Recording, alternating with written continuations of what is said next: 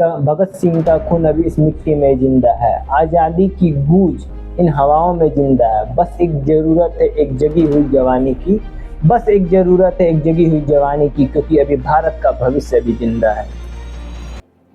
जय हिंद साथियों, जैसा कि हम सभी को पता है, पेपर लीक के इतने बड़े मुद्दे जंतर मंतर पे उठ रहे हैं और इस मुद्दे को उठाने वाला कोई बीजेपी या कांग्रेस का नेता नहीं है। सीजेपी और सोनम वांगचुक सर हैं जो हम बच्चों की आवाज़ बन रहे हैं।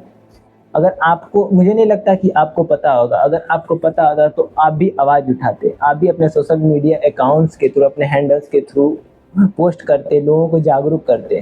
लेकिन मुझे नहीं लगता कि जब तक आपके ऊपर या आपके खुद का पेपर लीक ना हो या आपके बच्चों का पेपर लीक ना हो, तब तक आप आवाज़ नहीं उठाएंगे। देश का इतना बड़ा साइंटिस्ट और उसके साथ में ड्यू से पढ़े लिखे बच्चे हंगर स्ट्राइक पर हैं, शायद इसलिए क्योंकि उनकी कोई बात सुन ले। 20 से ज़्यादा बच्चे नीट पेपर लीक के कारण सुसाइड कर चुके हैं और मेरा ये सौभाग्य है कि मैं इस भारत देश में पैदा हूँ और दुर्भाग्य ये है कि मैं ऐसे शिक्षकों के बीच में हूँ। मैं सारे शिक्षकों की बात नहीं कर रहा, मैं कुछ ऐसे शिक्षकों के बीच में हूँ जिन्हें बस ये लगता है कि मंगलवार को हनुमान जी का स्टेटस लगा देने से और शनिवार को शनि महाराज का स्टेटस लगा देने से उनका जीवन चल रहा है और यही उनका असली अधिकार है।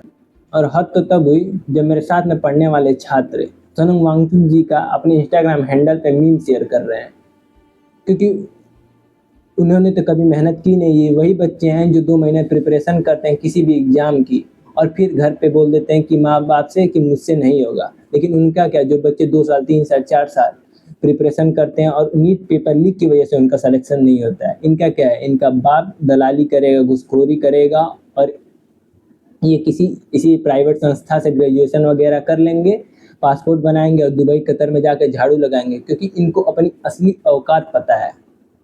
ठीक है, और फिर वही यही लोग ऐसे क्रिकेटरों और ऐसे अभिनेताओं को सपोर्ट करेंगे जो 5 रुपए में आपको केसर देगा और 1 रुपए में आपको 1 करोड़ देने का, जीतने का दावा करेगा। इस देश को ऐसे मूर्खों को सपोर्ट करने की कोई ज़रूरत नहीं। इस देश को चंद्रशेखर आज़ाद, भगत सिंह जैसे लोगों की ज़रूरत है। नहीं तो एक दिन याद रखना, जिस दिन आपके घर में आपकी माँ बहनों के साथ में कोई दुष्कर्म होगा तो कोई बीजेपी या किसी भी पार्टी का नेता आकर बोलेगा कि lie down and enjoy it. इनकलाब। जय हिंद, जय भारत।